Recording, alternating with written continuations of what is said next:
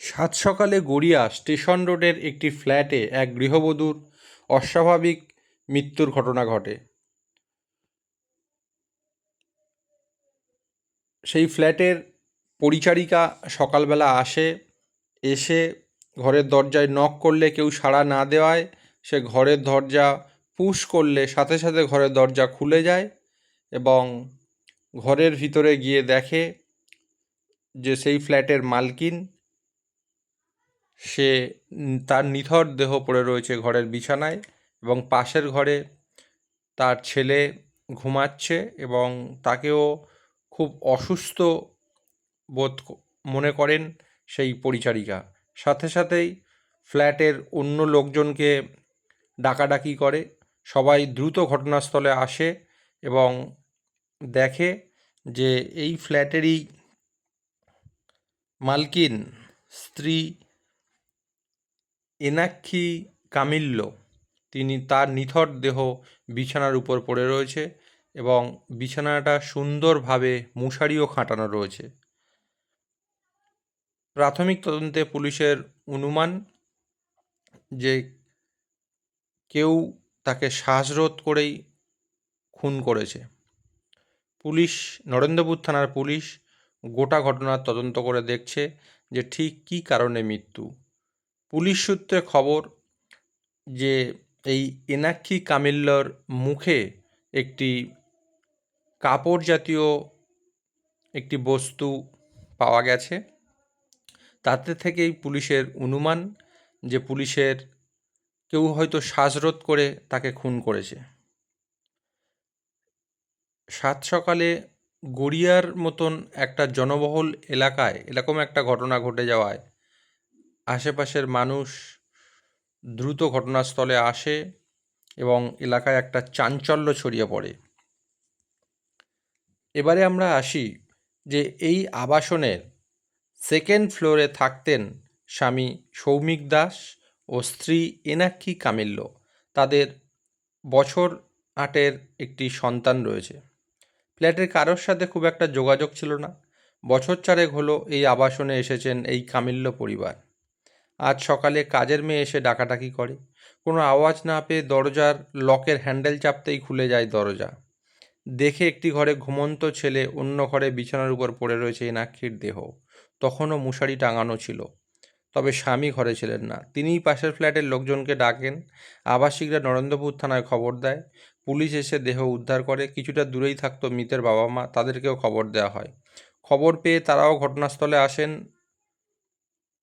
অশান্তি বা ঝামেলার খবর কেউ জানেন না। দেহ উদ্ধার করে সোনারপুর গ্রামীণ হাসপাতালে নিয়ে যাওয়া হলে চিকিৎসকরা তাকে মৃত বলে ঘোষণা করে।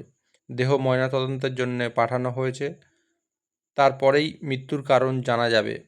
স্বামীর সন্ধানে নরেন্দ্রপুর থানার পুলিশ এবং নরেন্দ্রপুর থানার পুলিশ গোটা ঘটনার তদন্ত করে দেখছে যে এই গড়িয়ার নবদিগন্ত অ্যাপার্টমেন্টে কিভাবে এই ঘটনা ঘটে গেল।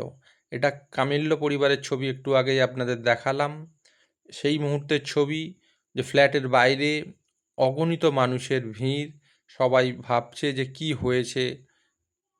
পুলিশ দেহ উদ্ধার করে নিয়ে যাচ্ছে হসপিটালে। সেই ছবি আপনাদের দেখাচ্ছি। এটা হচ্ছে কামিল্লো পরিবারের। প্রতিবেশীরা কি বলছেন আমরা তাদের মুখ থেকে শুনে নিই। নববধূ সকালে উঠে তো দেখছি হঠাৎ চেঁচামেচি শুরু হয়েছে। কাজের লোকটা এসেছিল, ওদের কাজের লোক এসে বাইরে চেঁচামেচি করছে। যেতে ছুটে আসতে দেখলাম যে এরকম নাকি ভিতরে মারা গেছে। মারা গেছে ফ্ল্যাটের মালকিন, মানে সৌমিক দাস, ফ্ল্যাট ওনার স্ত্রী। কি নাম? এনাক্ষী দাস। কি করতেন? সৌমিক দাস তো শুনেছি হেরিটেজে প্রফেসর, ওয়াইফ হাউস বাচ্চাটা ছেলে একটা আছে। ছেলেটা সোফাতে শুয়েছিল, খুব ভয় পেয়ে আছে।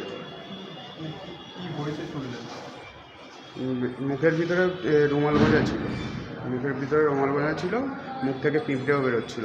ছেলেটাকে জিজ্ঞেস করতে বলছে মামি মুখ থেকে পিঁপড়ে বেরোচ্ছে। সকালে যখন ওর কাজের মাসিটা জিজ্ঞেস করলো তখন মামির মুখ থেকে পিঁপড়ে বেরোচ্ছে, বাচ্চা ছেলে আর কিছু বলতে পারি না। বাচ্চার বাবাকে তো দেখতে পাওয়া যাচ্ছে। হ্যাঁ, এখানে থাকে। দেবজিৎ মণ্ডল। দেবজিৎ মণ্ডল। হ্যাঁ, আমি নিচেরটা। কি দেখলেন? আমরা এসে দেখলাম, মানে ওদের যে কাজের মেয়ে সে এসেছিল, সে এসে চিৎকার চেঁচামেচি করে সবার ঘরের লোকজন ডাকলো। ডাকার পরে আমরা এসে দেখলাম ও এই পরিস্থিতিতে আছে। বাচ্চাটা সোফাতে শোয়া আর ও ওইভাবেই আছে। কালকে রাত্রেবেলা?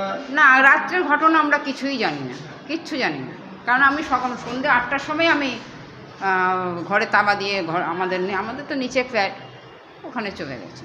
মানে কখনো শুনেছেন যে বাড়িতে এরকম অশান্তি? না, ওরা তো 3 তলায়, আমরা তো নিচে, আমরা কোনোদিন শুনিনি কিছু, কোনোদিন শুনি ফ্ল্যাটের ভিতরে কি হয় না হচ্ছে, ওদের স্বামী স্ত্রী কী ব্যাপার আমরা কিছুই জানি না। হ্যাঁ, ওনাক্ষী তো জানি খুব শান্ত, ওরা স্বামী স্ত্রী দুজনেই দেখতাম চুপচাপ থাকতো, কিন্তু খুব একটা তো কথা হতো না। ওরা ওর অফিসের টাইমে চলে যেত, আমরা আমাদের দেখা সাক্ষাৎ খুব যে বসে অতিরিক্ত দেখা সাক্ষাৎ অনুষ্ঠানে হয়তো দেখা সাক্ষাৎ হলো এরকম। লিফটে নামছি, ও হয়তো উঠলো, এই বাচ্চাটাকে দেখলাম, একটু কথা বললাম, এই নয় কেউ কারো ঘরে যাওয়া আসা হেন তেন এই সমস্ত আমাদের অনুষ্ঠান ছাড়া কেউ কারো বাড়িতে যায় না। খোঁজ খবরের দরকার হলে, একটু কিছু দরকার হলে যেত। কি নাম আপনার? আমার নাম হচ্ছে কানুন দে।